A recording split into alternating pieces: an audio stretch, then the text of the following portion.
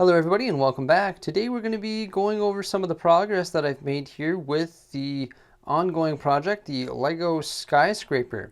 Made lots of changes to this building over the past actually almost 2 years now. I've just been sort of recycling these parts and adding new parts and coming up with new designs, and this is where it stands for 2019. So I'm going to be showing you guys where I plan on bringing this building here in the near future. As you can see, it is nowhere near completion right now, but I think I finally have a decent direction of where I think this is going to go, and I have a pretty good design and idea that I'm pretty happy to show you guys today.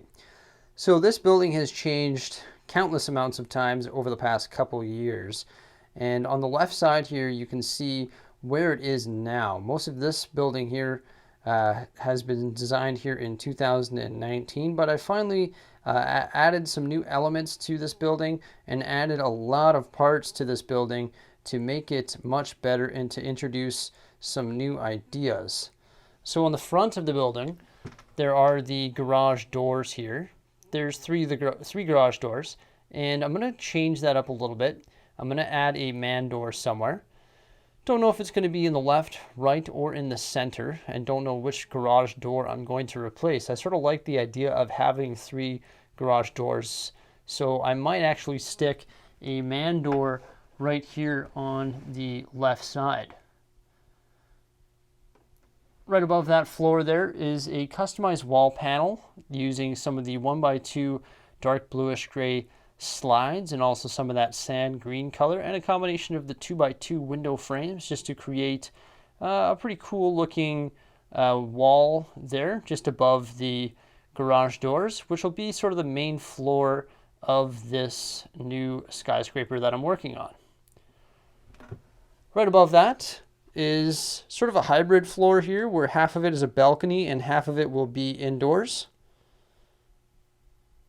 And there's no other floors beyond that. But something that's brand new with this building is this right here. What is this awkward sort of almost 10 by 10 stud shaft going down the left side of the building? Well, that's actually going to be an elevator shaft. And that will host an elevator that will take minifigs to any floor that they desire, of course. I was thinking of building a staircase for this, but I just figured that this is going to be like a 6 or 7 or up to 10 story building, and nobody wants to hike up 10 stories of stairs. So I figured I'd better build an elevator. So that's actually hollow and it goes right down to the base, and it is a glass elevator, so it uses a combination of those 2x2 glass panels, some sand elements or sand green elements, and also some dark bluish gray elements, most of which actually all of this stuff has come off a pick-a-brick wall. So the majority of this building is actually built from elements from a pick-a-brick wall. This is just my sort of mocked up elevator. So this is the actual enclosed elevator that will sort of glide through this shaft here and all the way down and back up. Now, once I'm finished building this complete structure here, I do plan on motorizing that elevator using some of the motorized pieces from that the Lego group offers, and I'm probably going to hook a remote up to it so I can just sort of gauge the speed so that I can get that elevator going at the proper speed from the bottom to the top. Now, this building, like I was saying, has gone through a lot of different changes. You can see on the opposite side here, I've stayed consistent with that dark bluish gray and sand green with the 2x2 window elements. This actually used to all be those 6x6 white panels.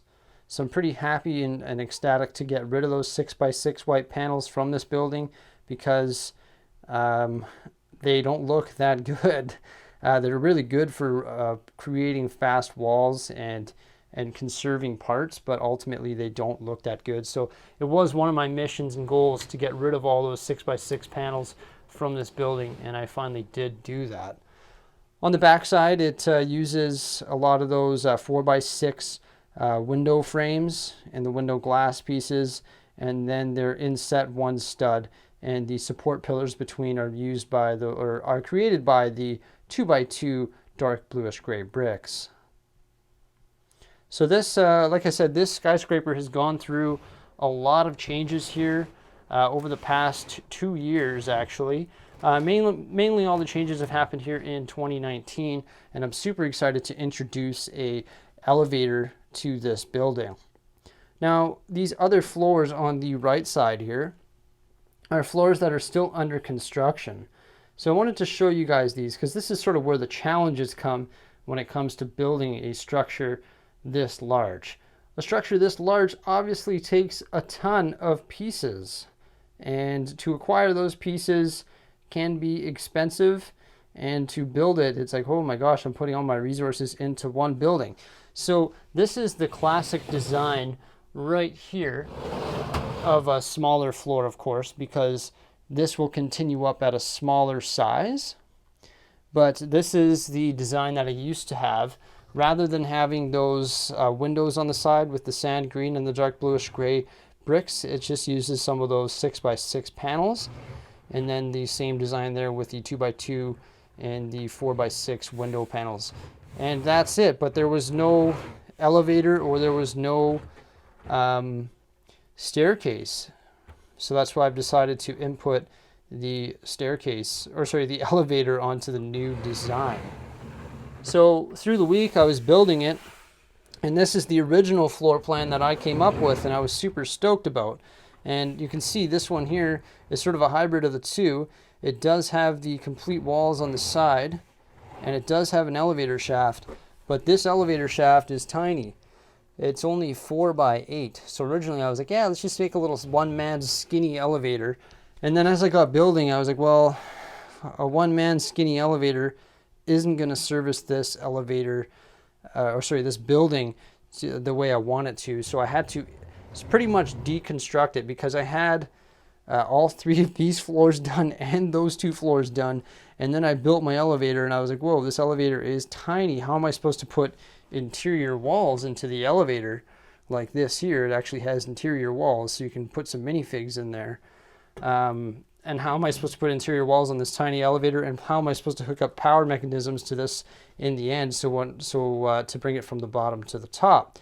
So I actually deconstructed it and then reconstructed it with a much bigger elevator shaft.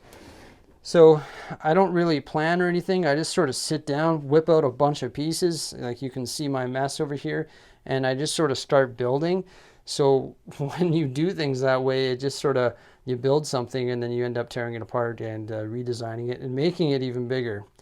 Now this is the roof here from the existing skyscraper.